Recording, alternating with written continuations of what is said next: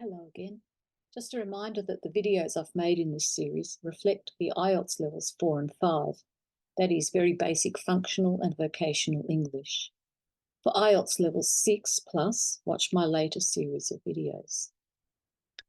To achieve success by the end of this series of videos, you should be able to use a minimum of 250 words, both written and spoken, as conversational Australian English. This would deem you to be competent at a vocational level, that's IELTS equivalent of 5. Focus here must be on coherence and cohesion, lexical resources, grammatical range and accuracy, fluency, pronunciation and response, and also the use of varying levels of Australian English, that is slang, colloquial, informal and formal, as the situation and topics of the conversations dictate.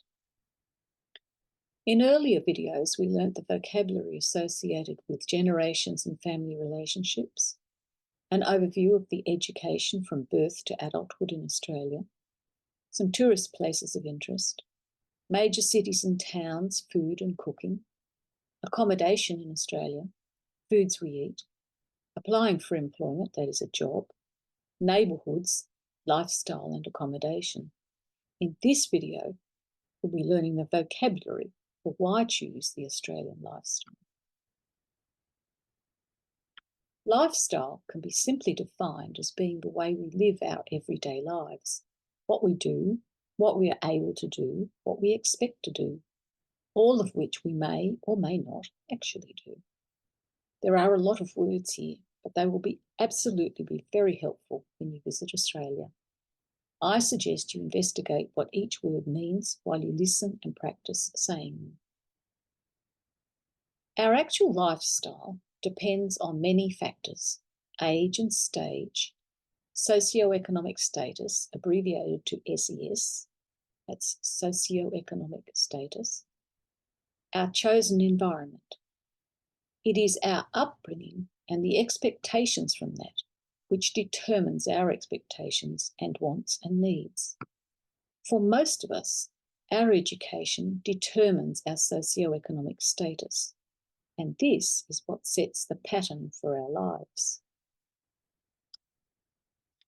Things to consider when talking about lifestyle stem from our socioeconomic status: where we live, what we do, how well we live, food, housing, health, travel, school-age education, post-school education, wants and needs, our freedom of choice to do what we want, when we want, and where we want, how we think and behave, our pattern of living, and who we associate with throughout the various stages of our lives.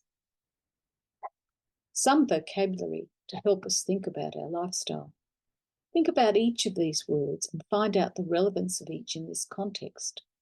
Write an example of how each word could be used in the context of the discussion of lifestyle.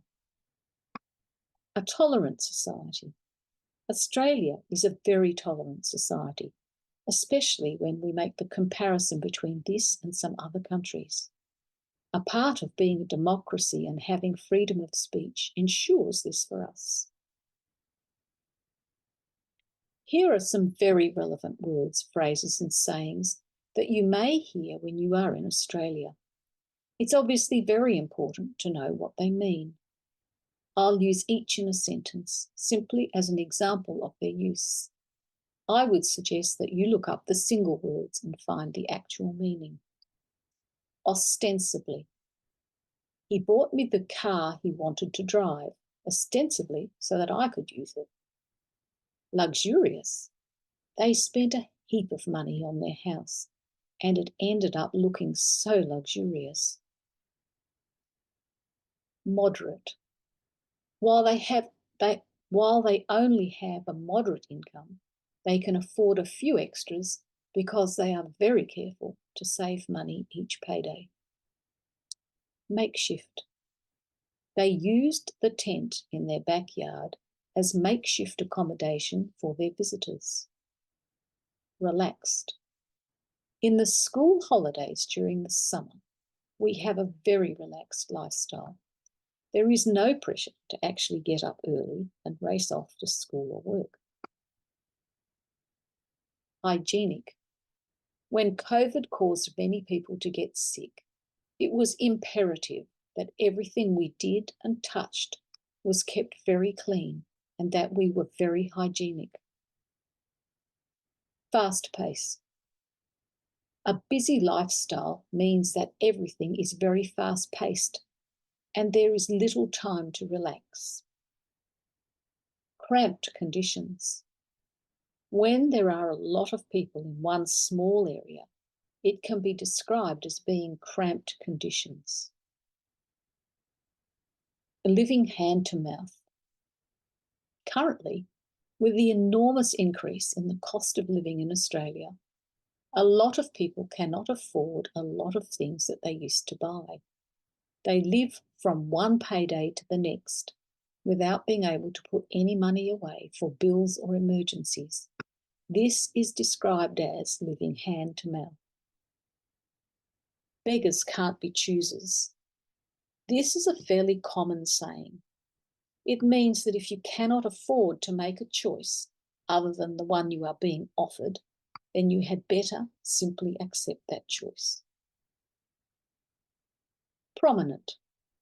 With regard to people, a prominent person is one who is well recognised. For example, the Australian Prime Minister would be a prominent person in Australia. But the word prominent can also be applied in other ways. For example, to say someone has prominent teeth means they have teeth that are either very big for their mouth or look very bad for some reason. Essentially, prominent means to stand out and be noticed. Have a look at the following questions. See if you can work out answers that you could use if asked in your IELTS or immigration questionnaires. What are your goals in relation to lifestyle? How do you plan on achieving these? Outline possible steps to achieve these goals. What is the time frame you're allowing yourself? Think about these questions. How would you answer them? What are some of the impediments to achieving your goals? How will you overcome these? And who can you turn to for help? In our next video, we'll be doing a lot of conversational practice, learning more vocabulary to help to achieve your goal of IELTS 4 to 5. Please continue to watch the next videos where you'll learn more conversational English and extend your knowledge and skills in Australian English, reading, speaking, listening, writing and understanding. And can I ask you, if this content has been helpful, would you please subscribe to this channel? Many thanks and hope you get to Australia one day.